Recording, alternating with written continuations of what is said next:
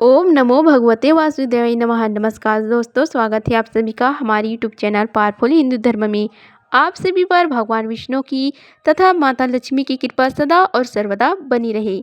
आज हम आप सभी को श्रीमद् भागवत गीता में पंचम स्कंद में कथा अध्याय 13, 14 और 15 का रसपान कराएंगे। आइए रसपान कीजिए कथा अध्याय 14 का, जिसमें वर्णन है भाववटिका का स्पष्टीकरण। श्री सुखदेव महाराज जी कहते हैं कि हे राजन, देह अभिमानी जीवों के द्वारा सत्व आदि गुणों के भेद से शुभ अशुभ और मिश्रा 3 प्रकार के कर्म होते रहते हैं। उन कर्मों के द्वारा ही निर्मित नाना प्रकार के शरीरों के साथ होने वाला जो संयोग वियोग आदि रूप अनादि संसार जीवों को प्राप्त होता है, उसके अनुभव के 6 द्वार है।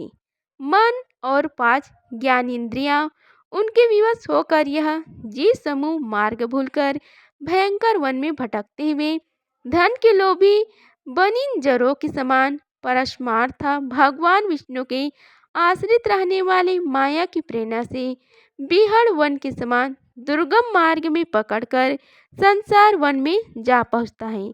यह वन शमशान के समान अत्यंत अशुभ है। इसमें भटकते हुए उसे अपने शरीर के किए हुए कर्मों का फल भोगना पड़ता है।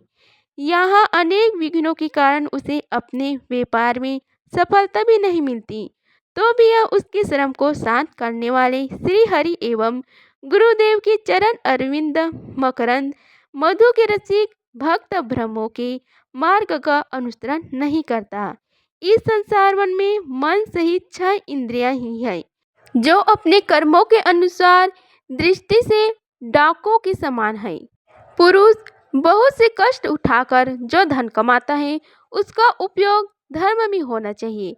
वही धर्म यदि साक्षात भगवान परम पुरुष की आराधना के रूप में होता है, तो उसे परम लोक में निहित श्रेष्ठ का हेतु बतलाया गया है। किंतु जिस मनुष्य का बुद्धि रूप सारथी विवेकहीन होता है और मन वश में नहीं होता, उसके उस धर्म उपयोगी धन को मन से 6 इंद्रियां देखना, स्पर्श करना, सुनना, स्वाद लेना, सूंघना, संकल्प विकल्प करना और निश्चय करना, इन वृत्तियों के द्वारा गृहस्थोचित विषय भोग में फंसकर उसी प्रकार लूट लेती हैं। जिस प्रकार बेईमान मुखिया का अनुगमन करने वाले एवं असावधान बनिंजरों के दल का धन चोर डाकू लूट ले जाते हैं, यही नहीं उस संसार वन में रहने वाले उसके कुटुंबी भी, जो नाम से तो पुरुष स्त्री आदि कहे जाते हैं, किंतु कर्म जिनके साक्षात भेड़ियों और गीदड़ों के समान होते हैं, उस अर्थलोभ कुटुंबी के धन को उसकी इच्छा न रहने पर उसके देखते देखते इस प्रकार छीन लेते हैं, जैसे भेड़िया गड़ियों से सुरक्षित भेड़ों को उठा लेते हैं। जिस प्रकार यदि किसी खेत के बीजों को अग्नि द्वारा जला दिया गया हो, तो प्रतिवर्ष जोतने पर भी खेती का समय आने पर वह फिर झाड़ झंखाड़ लता और तृण आदि से गहन हो जाता है। उसी प्रकार यह गृहस्थ आश्रम भी कर्म भूमि है। इसमें भी कर्मों का सर्वथा उच्छेद कभी नहीं होता, क्योंकि यह घर कामनाओं की पिटारी है। उस गृहस्थ आश्रम में आसक्त हुआ व्यक्ति के धन रूप बाहरी प्राणों को डांस और मच्छरों के समान नीच पुरुषों से तथा टिड्डी पक्षी और चोर चूहे आदि से क्षति पहुंचती रहती है। कभी इस मार्ग में भटकते भटकते यह अविद्या कामना और कर्मों से कुलसित हुए अपने चित्त से दृष्टि दोष के कारण इस मृत्यु लोक को, जो गंधर्व नगर के समान असत है, सत्य समझने लगता है। फिर खान पान और स्त्री प्रसंग आदि व्यसनों में फंसकर मृग तृष्णा के समान मिथ्या विषयों की ओर दौड़ने लगता है। कभी बुद्धि के रजोगुण से प्रभावित होने पर सारे अनर्थों जड़ की अग्नि मन रूप सोनों को ही सुखाकर साधन समझकर उसे पाने के लिए ललायित हो इस प्रकार दौड़ धूप करने लगता है। जैसे वन में जाड़े से ठिठुरता हुआ पुरुष अग्नि के लिए व्याकुल होकर उन्मुख पिशाच की आज्ञा बेताल की ओर उसे आग समझकर दौड़े, कभी इस शरीर को जीवित रखने वाले घर, अन्न, जल और धन आदि में अभिनिवेश करके इस संसार रणन्य में इधर उधर दौड़ धूप करता रहता है। कभी बवंडर के समान आंखों में धूल झोंक देने वाली स्त्री गोद में बैठे लेती है तो तत्काल रागंत होकर सत्पुरुषों की मर्यादा भी विचार नहीं करता। उस समय नेत्रों में रजोगुण की धूल भर जाने से बुद्धि ऐसे मलिन हो जाती है कि अपने कर्मों की साक्षी दिशाओं के देवताओं को भी भुला देती है। कभी अपने आप ही एक आध बार विषयों का मिथ्या तत्व जान लेने पर भी अनादिकाल से देह में आत्मबुद्धि रहने से विवेक बुद्धि नष्ट हो जाने के कारण उन मरुमरी चिक्का तुल्य विषयों की ओर ही फिर दौड़ने लगता है। कभी प्रत्यक्ष शब्द करने वाले उल्लू के समान शत्रुओं की ओर परोक्ष रूप से बोलने वाले झिंगुर के समान राजा की अति कठोर एवं दिल को दहला देने वाली डरावनी डांट फटकारने से इसके कान और मन को बड़ी व्यथा होती है। पूर्ण चिढ़ हो जाने पर यह जीवित ही मुर्दे के समान हो जाता है और जो करास्कर एवं काकटुंड आदि जहरीले फलों वाले पाप वृक्षों इसी प्रकार की दूषित लताओं और विषैले कुआओं के समान है तथा जिनका धन इस लोक और परलोक दोनों के ही काम में नहीं आता और जो जीते हुए भी मुर्दे के समान है उन कृपण पुरुषों का आश्रय लेता है। कभी असत पुरुषों के संग से बुद्धि बिगड़ जाने के कारण सुखी नदी में गिरकर दुखी होने के समान इस लोक और परलोक में दुख देने वाले पाखंड में फंस जाता है। जब दूसरों को सताने से उसे अन्न भी नहीं मिलता तब वह अपने सगे पिता पुत्र को अथवा पिता या पुत्र आदि का एक तिनका भी जिनके पास देखता है उनको फाड़ खाने के लिए तैयार हो जाता है। कभी दानव नल के समान प्रिय विषयों से शून्य एवं परिणाम में दुखमय घर में पहुंचता है तो वहां इष्टजनों के वियोग आदि से उसके शोक की आग भड़क उठती है। उससे संतप्त होकर वह बहुत ही खिन्न होने लगता है। कभी काल के समान भयंकर राजकुल रूप राक्षस इसके परम प्रिय धन रूप प्राणों को हर लेता है तो यह मरे हुए एक समान निर्जीव हो जाता है। कभी मनोरथ पदार्थों के समान अत्यंत असत पिता पितामह आदि संबंधों को सत्य समझकर उनके सहवास से स्वप्न के समान क्षणिक सुख का अनुभव करता है। गृह आश्रम के लिए जिस कर्म विधि का महान विस्तार किया गया है उसका अनुष्ठान किसी पर्वत की कड़ी चढ़ाई के समान ही है। लोगों को उस ओर प्रवृत्त देकर उनकी देखा देखी जब यह भी उसे पूरा करने का प्रयत्न करता है तब तरह तरह की कठिनाइयों से क्लेशित होकर कांटे और कंकड़ों से भरी भूमि में पहुंचे हुए व्यक्ति के समान दुखी हो जाता है। कभी पेट की असह ज्वाला से अधीर होकर अपने कुटुंब पर ही बिगड़ने लगता है। फिर जब निद्रा रूप अजगर के चंगुल में फंस जाता है तब अज्ञान रूप घोर अंधकार में डूबकर सूने वन में फेंके हुए मुर्दे के समान सोया हुआ पड़ा रहता है। उस समय इसे किसी बात की सुधि न रहती। कभी दुर्जन रूप काटने वाले जीव इतना काटते तिरस्कार करते हैं कि इसके गर्व रूप दांत जिनसे यह दूसरों को काटता था टूट जाते हैं। तब इसे आसक्ति के कारण नींद भी नहीं आती तथा मर्म वेदन के कारण क्षण क्षण में विवेक शक्ति क्षीण होते रहने से अंत में अंधे की भांति यह नरक रूप अंधे कुएं में जा गिरता है। कभी विशेष रूप मधु कोड़ों को ढूंढते ढूंढते जब यह लुका छिपकर पर स्त्री या पर धन को उड़ाना चाहता है तब उनके स्वामी या राजा हाथ से मारा जानकर ऐसे नरक में जा गिरता है जिसका कोई और छोड़ नहीं है। इसी से ऐसा कहते हैं कि प्रवृत्ति मार्ग में रहकर किए हुए लौकिक और वैदिक दोनों ही प्रकार के कर्म जीव को संसार की प्राप्ति कराने वाले हैं।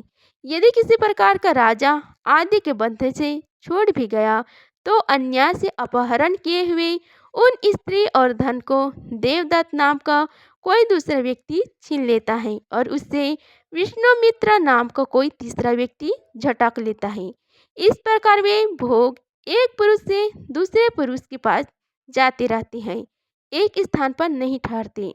कभी कभी शीत और वायु आदि अनेकों आदि दैविक, आदि भौतिक और आध्यात्मिक दुख की स्थितियों के निवारण करने में समर्थ न होने से यह अपार चिंताओं के कारण उदास हो जाता है। कभी परस्पर लेन देन का व्यवहार करते समय किसी दूसरे का थोड़ा सा जमीन भर अथवा इससे भी कम धन चुरा लेता है तो इस बेईमानी के कारण उसे वैर ठन जाता है।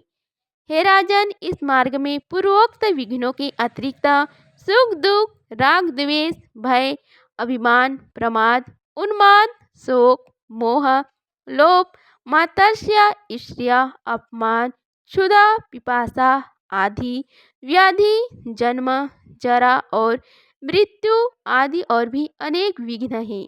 इस विघ्न बहुत मार्ग में इस प्रकार भटकता हुआ यह जीव किसी समय देवमायु रूपनी स्त्री के बहुपास में पकड़कर विवेकहीन हो जाता है। तब उसी के लिए विराह भवन आदि बनवाने की चिंता में ग्रस्त रहता है तथा उसी के आश्रित रहने वाले पुत्र पुत्री और अन्याय स्त्रियों की मीठे मीठे बोल, चितवन और चेष्टाओं में आसक्त होकर उन्हीं में चित फंस जाने से वह इंद्रियों का दास अपार अंधकारमय नरकों में गिरता है।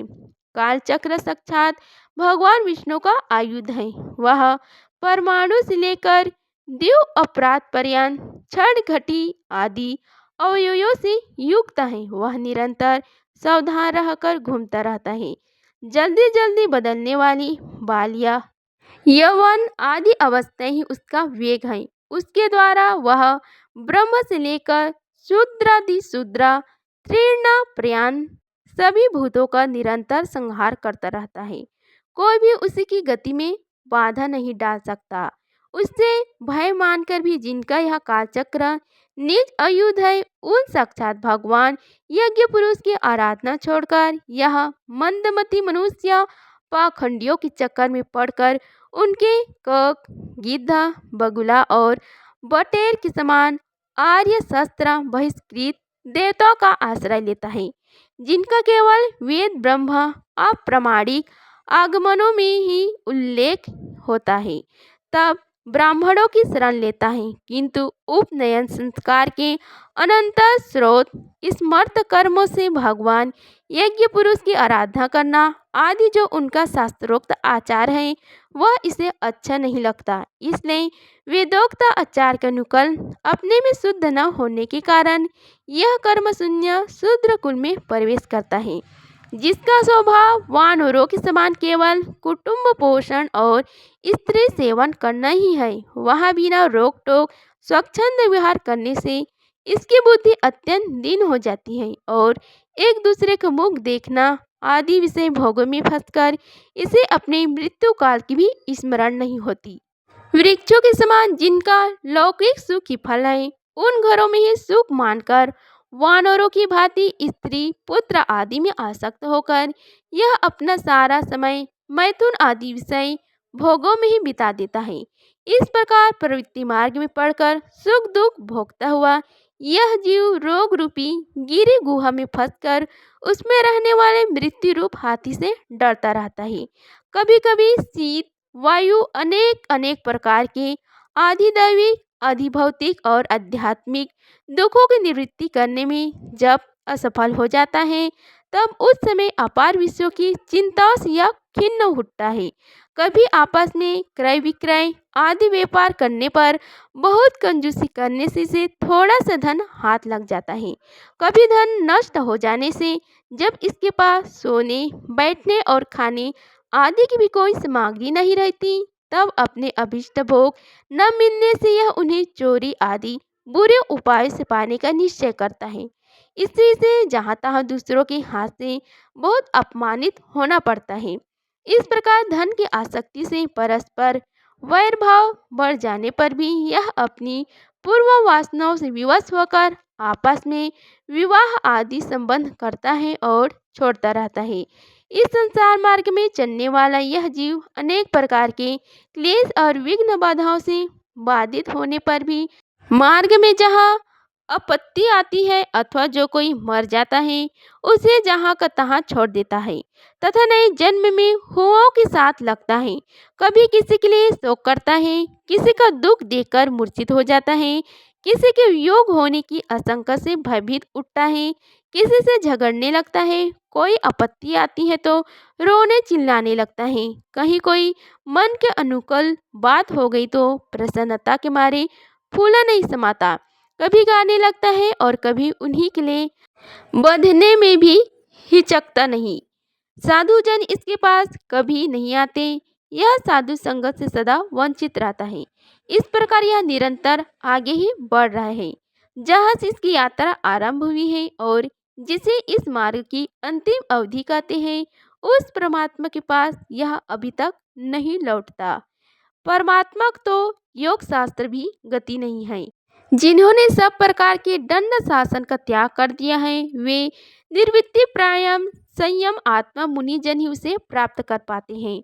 जो दिग्गजों को जीतने वाले और बड़े बड़े योगियों का अनुष्ठान करने वाले राजश्री हैं, उनकी भी वहां तक गति नहीं है। वे संग्राम भूमि में शत्रुओं का सामना करके केवल प्राण परित्याग ही करते हैं तथा जिसमें यह मेरी है ऐसा अभिमान करके वह ठाना है, उस पृथ्वी में ही अपना शरीर छोड़कर स्वयं परलोक को चले जाते हैं।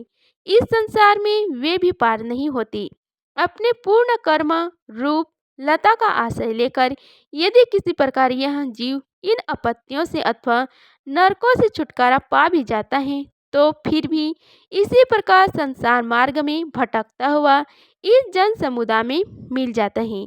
यही दशा स्वर्ग आदि उधर्व लोक में जाने वाले लोगों की भी है। हे राजन, राजश्री भरत के विषय में पंडित जन ऐसा कहते हैं, जैसे गणेश जी के होठ कोई मक्खी नहीं कर सकती, उसी प्रकार राजश्री महात्मा भारत के मार्ग को कोई अन्य राजा मन से भी अनुसरण नहीं कर सकता। उन्होंने पूर्ण कृति श्रीहरि में अनुरक्त होकर अति मनोरम स्त्री पुत्र पिता और मित्र राज्य आदि को विवाह अवस्था में ही विष्ठा के समान त्याग दिया था। दूसरे के लिए तो इन्हें त्यागना बहुत ही कठिन है। उन्होंने अति दुस्तज्य पृथ्वी पुत्र स्वजन संपत्ति और स्त्री की तथा जिसके लिए बड़े बड़े देवता भी ललायित रहते हैं, किंतु जो स्वयं उनकी दया दृष्टि के लिए उन पर दृष्टिपात करती रहती थी, उस लक्ष्मी जी की भी लेस मात्र इच्छा नहीं की। यह सब उनके लिए उचित ही था, क्योंकि जिन महाअनुभवों का चित्त भगवान मधुसूदन की सेवा में अनुरुक्त हो गया है, उनकी दृष्टि में मोक्ष पद भी अत्यंत तुच्छ है। उन्होंने मृग शरीर छोड़ने की इच्छा होने पर उच्च स्वर से कहा था कि धर्म की रक्षा करने वाला, धर्म अनुष्ठान में निपुण, योगगम्य, संख्य के प्रतिपद्य, प्रकृति के अधीश्वर, यज्ञ मूर्ति सर्व आत्मायामी श्री हरि को नमस्कार है। हे राजन, राजश्री भरत की पवित्र गुण और कर्मों की भक्तजन भी प्रशंसा करते हैं। उनका यह चरित्र बड़ा कल्याणकारी है, आयु और धन की वृद्धि कराने वाला, लोक में सुयश बढ़ाने वाला और अंत में स्वर्ग तथा मोक्ष की प्राप्ति कराने वाला है। जो पुरुष इसे सुनता है या सुनाता है और इसका अभिनंदन करता है, उसकी सारी कामनाएं स्वयं ही पूर्ण हो जाती हैं। दूसरों से उसे कुछ भी नहीं मांगना पड़ता। तीसरे भागवत महापुराण में पंचम स्कंद में कथा अध्याय 14 का समाप्त हुआ। अगर आप सभी को यह वीडियो अच्छी लगी होगी तो वीडियो को लाइक कीजिए, चैनल को सब्सक्राइब कीजिए और कमेंट बॉक्स में जय श्री हरि लिखिए। धन्यवाद। मिलते हैं अगले वीडियो में, तब तक के लिए जय श्री राधे कृष्णा।